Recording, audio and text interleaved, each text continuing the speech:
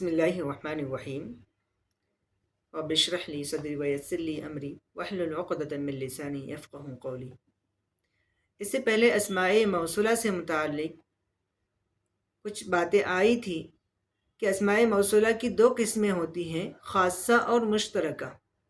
خاصہ کا بیان اس سے پہلے ہو گیا تھا، جس میں الذی، اللتی اور اس کے تثنیہ و جمع کو بتفصیل بیان کیا گیا تھا۔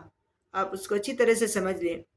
اب یہاں پر بات کرتے ہیں اسماء موصولہ مشترکہ سے متعلق، یعنی ان دو لفظوں سے متعلق جو کہ کس کے عدد کے اعتبار سے بھی اور جنس کے اعتبار سے بھی عام ہیں، کسی ایک کے لیے خاص نہیں ہیں۔ وہ کون کون سے ہیں؟ من و ما۔ من اور ما یہ بھی اسماء موصولہ میں سے ہیں۔ تستعمل من و ما استعمال الاسماء الموصولہ فتكونان بمعنى الذي والتي۔ مثال العاقل من اتعظ بغيره، من هنا اسم موصول بمعنى الذي۔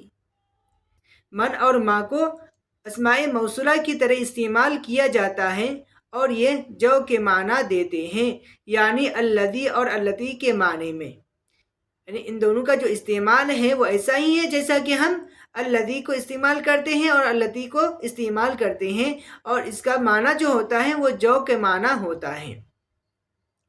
دیکھیے مثال میں العاقل من اتعظ بغیرہ، عقل مند وہ شخص ہے جو دوسروں سے نصیحت حاصل کرے۔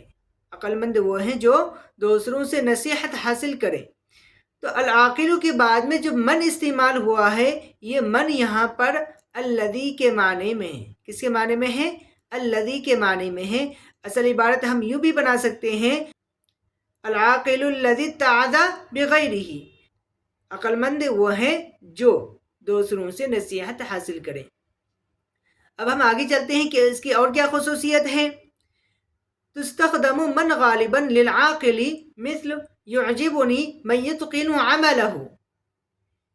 دیکھیے یہاں پر من اور ما کے بارے میں بتایا جا رہا ہے کہ من کا استعمال کہاں پر ہوگا اور ما کا استعمال کیا ہوگا، دونوں میں کیا فرق ہے۔ تو کہا ہے کہ من کا جو استعمال ہے وہ اکثر کس کے لیے ہوتا ہے؟ عاقل یعنی انسان کے لیے ہوتا ہے۔ من کا جو استعمال ہے وہ اکثر کس کے لیے ہوتا ہے؟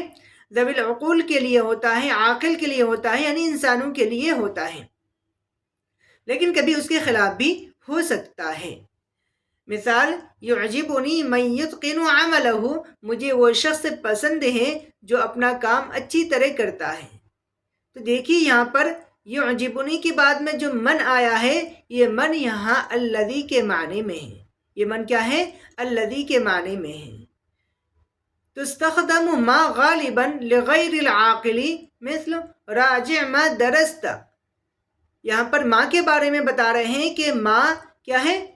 اکثر غیر عاقل یعنی غیر ذوی العقول چیزوں کے لیے استعمال ہوتا ہے، یعنی انسانوں کے علاوہ جانوروں کے لیے بھی ہو سکتا ہے اور نباتات کے لیے بھی ہو سکتا ہے، یعنی کسی بھی چیز کے لیے ہو سکتا ہے انسانوں کے علاوہ۔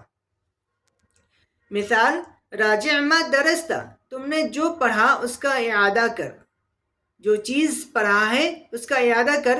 تو یہاں پر دیکھیے ما جو استعمال ہوا ہے، یہاں پر ما بھی الذی کے معنی میں ہے اور یہ غیر ذوی العقول کے لیے استعمال ہوا ہے۔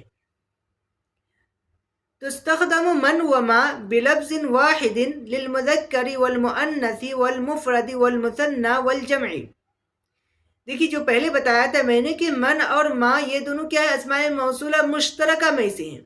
مشترکہ کیوں کہتے ہیں؟ اس کی وجہ یہی ہے کہ یہ من اور ما کا استعمال ہے، یہ واحد میں بھی ویسا ہی استعمال ہوگا، تثنیہ میں بھی ویسا ہی استعمال ہوگا، جمع میں بھی ویسا ہی استعمال ہوگا، کوئی فرق نہیں ہے۔ عدد کے اعتبار سے چاہے ایک ہو، دو ہو، تین ہو، کچھ بھی ہو، اس میں کوئی بھی فرق نہیں ہوگا۔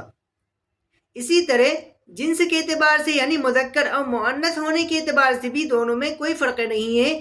جیسا مذکر کے لیے استعمال ہوگا ویسا مؤنث کے لیے بھی استعمال ہوگا، ان میں کوئی فرق نہیں ہے۔ اسی وجہ سے اس کو مشترکہ کہتے ہیں۔ اسی وجہ سے کیا کہتے ہیں؟ اس کو مشترکہ کہتے ہیں کہ اس میں عدد کے اعتبار سے بھی کوئی فرق نہیں ہے اور نہ جنس کے اعتبار سے کوئی فرق ہے۔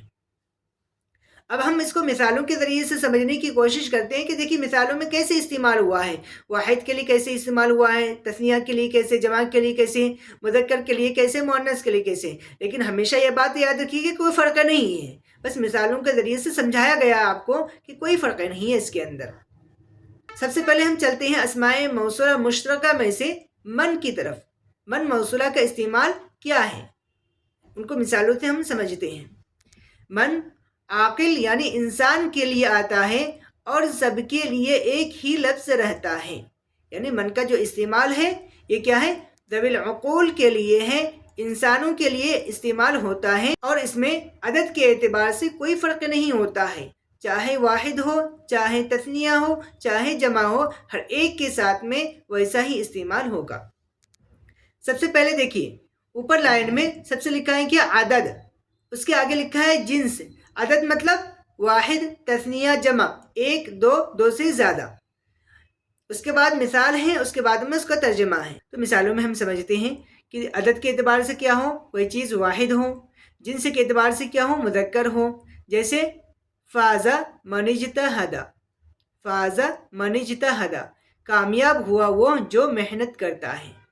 تو دیکھیے یہاں پر فازہ کے بعد میں جو من استعمال ہوا ہے یہ الذی کے معنی میں ہے اور واحد کے لیے استعمال ہوا ہے۔ کیوں؟ اس لیے کہ فازہ، فازہ کے معنی وہ ایک شخص کامیاب ہوا، اجتہادہ جس ایک شخص نے کوشش کی۔ تو فازہ کے بعد میں جو من استعمال ہوا ہے یہ الذی کے معنی میں ہے۔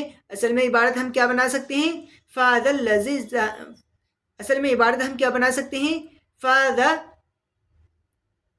اصل عبارت کیا بنا سکتے ہیں ہم، فاز الذی اجتہد، کامیاب ہوا وہ شخص جو محنت کرتا ہے۔ واحد ہو اور مؤنث ہو تو اس صورت میں بھی کیا استعمال ہوگا، من ہی استعمال ہوگا۔ فازت من اجتہدت، کامیاب ہوئی وہ جو محنت کرتی ہیں۔ تو دیکھیے فازت وہ ایک مؤنث کامیاب ہوئی، ٹھیک ہے، اس کے معنی ہے۔ تو اس کے بعد میں من استعمال ہوا ہے یہ اللتی کے معنی میں ہوگا۔ کس کے معنی میں ہوگا، یہ اللتی کے معنی میں ہوگا۔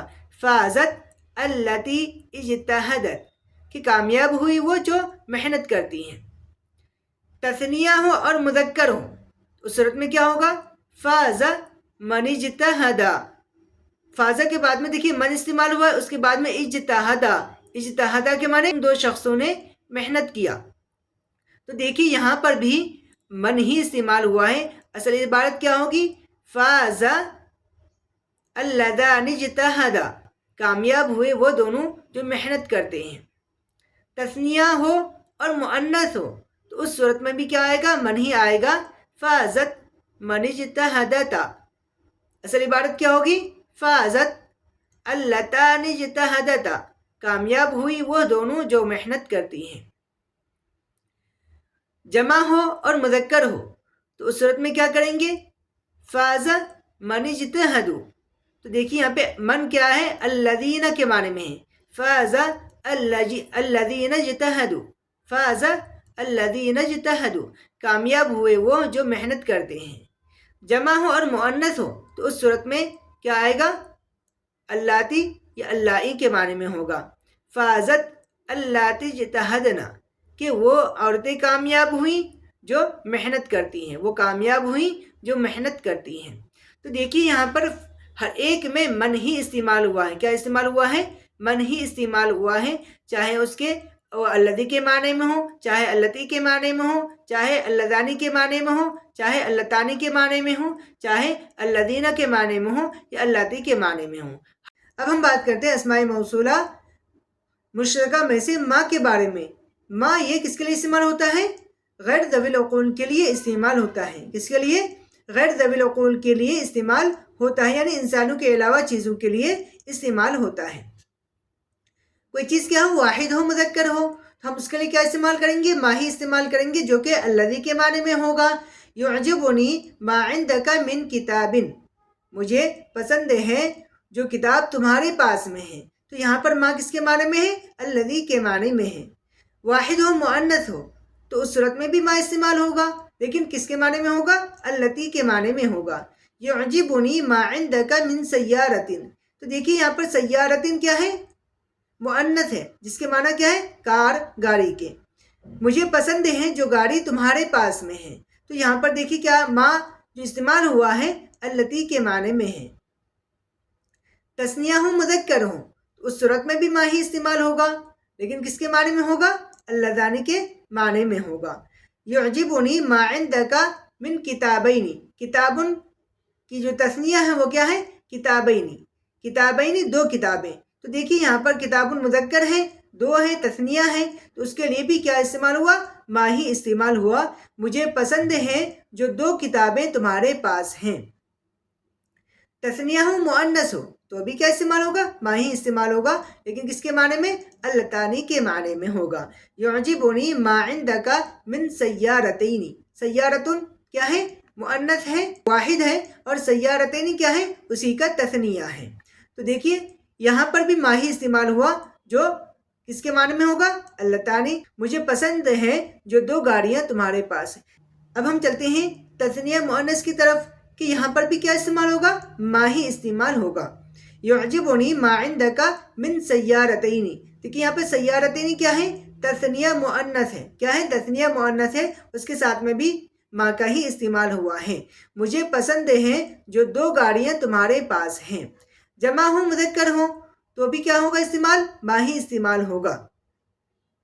یعجبنی ما عندک من کتب. مجھے پسند ہے جو کتابیں تمہارے پاس ہیں. تو یہاں پر بھی دیکھیے کتب جمع ہے، لیکن اس سے پہلے بھی کیا اسماء موصولہ کیا استعمال ہوا ہے؟ ما استعمال ہوا ہے. جمع ہو مؤنث ہو تو بھی کیا استعمال ہوگا؟ ما ہی استعمال ہوگا. یعجبنی ما عندک من سیارات. مجھے پسند ہے جو گاڑیاں تمہارے پاس ہیں. تو دیکھیے سیارات کیا ہے؟ جمع ہے. کس کی؟ سیارتن کی جمع ہے، جو کہ کیا ہے؟ مؤنث ہے. تو دیکھیے یہاں پر بھی ما ہی استعمال ہوا ہے. مجھے پسند ہے جو گاڑیاں تمہارے پاس ہیں. تو یہ خلاصہ یہ ہے کہ من اور ما چاہے وہ واحد کے لیے ہو، تثنیہ کے لیے ہو، جمع کے لیے ہو، مذکر کے لیے ہو، مؤنث کے لیے ہو، ہر ایک کے ساتھ میں یکساں استعمال ہوتا ہے، اس میں کچھ بھی فرق نہیں آتا ہے. اس لیے ان دونوں لفظوں کو کیا کہتے ہیں؟ مشترک کہتے ہیں.